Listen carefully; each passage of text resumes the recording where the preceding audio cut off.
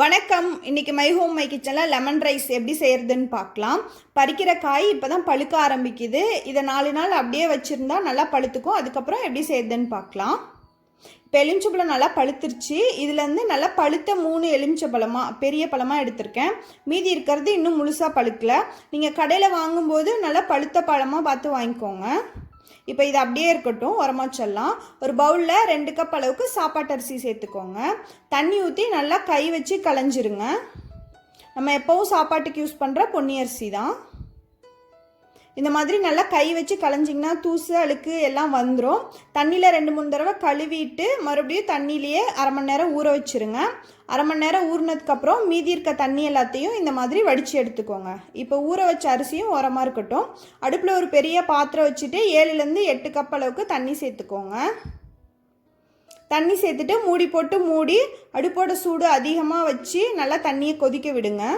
தண்ணி கொதிச்சதுக்கப்புறமா ஊற வச்ச அரிசியை உள்ளே சேர்த்துக்கோங்க. தண்ணியை நல்லா சுத்தமாக வடிச்சிட்டு தான் சேர்க்கணும். கவனமாக சேருங்க, தண்ணி சூடாக இருக்கும், கையில் படாத மாதிரி. அரிசி சேர்த்துட்டு மீடியம் ஹீட்டில் இல்லைனா ஹை ஹீட்டில் 10லேருந்து 15 நிமிஷம் அரிசி நல்லா வேகணும். ரொம்ப குழஞ்சிரவும் கூடாது, அதே மாதிரி வேகாமல் விதையாகவும் இருக்கக்கூடாது.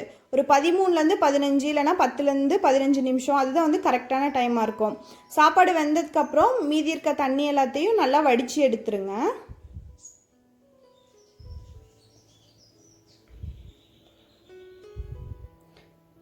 தண்ணி நல்லா வடிஞ்சதுக்கப்புறமா சாப்பாட்டை தனியாக எடுத்துருங்க. இந்த கஞ்சியை வேஸ்ட் பண்ண வேண்டாம், உப்பு சேர்த்து கலந்து நம்ம குடிக்கலாம். இப்போ வடித்த சாதத்தை ஒரு பெரிய தட்டில் கொட்டி நல்லா ஆற விட்டுருங்க. ரொம்ப கலர வேண்டாம், சும்மா லைட்டாக மட்டும் பரப்பி விட்டு நல்லா ஆற விட்டுருங்க. நல்லா சாப்பாடு ஆறுனதுக்கப்புறமா வேற ஒரு பாத்திரத்துக்கு மாற்றி வச்சுக்கலாம், இல்லைனா அப்படியே தட்டிலேயும் வச்சுக்கலாம். நான் ஒரு பவுலுக்கு மாற்றி வச்சிட்றேன். சாப்பாடு இந்த மாதிரி நல்லா உதிரியாக இருக்கணும்.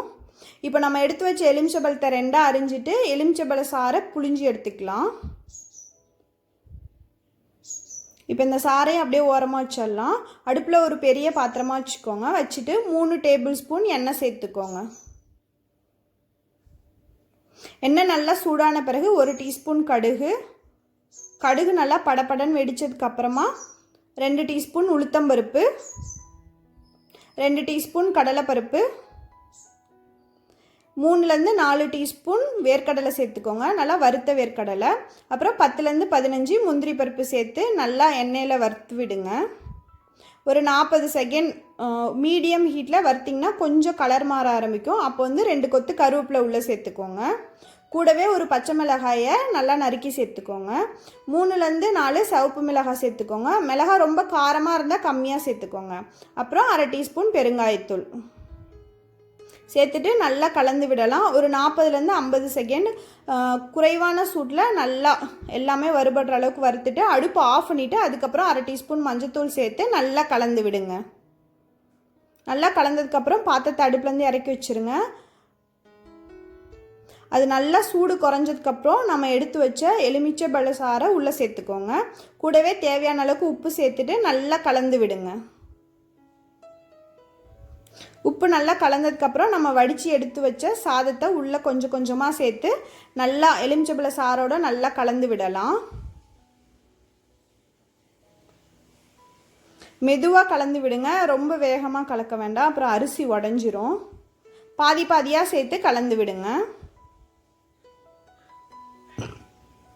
உப்பு மட்டும் கொஞ்சம் சரி பார்த்துட்டு பத்தலைனா கொஞ்சமாக மேலே தூவிட்டு நல்லா கலந்து விட்டுட்டு ஒரு 10-15 நிமிஷம் அப்படியே நல்லா மூடி வச்சுட்டு அதுக்கப்புறமா பரிமாறுங்க.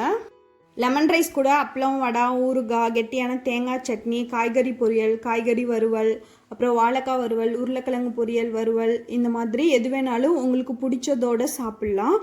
எலுமிச்சப்பழ சாப்பாடு சாப்பிட்றதுக்கு தயாராகிடுச்சு. இதை நீங்களும் உங்கள் வீட்டில் செஞ்சு பாருங்கள். அப்புறம் உங்களுக்கு இந்த சமையல் வீடியோ பிடிச்சிருந்தா மை ஹோம் மை கிச்சனுக்கு சப்ஸ்கிரைப் பண்ணுங்கள்.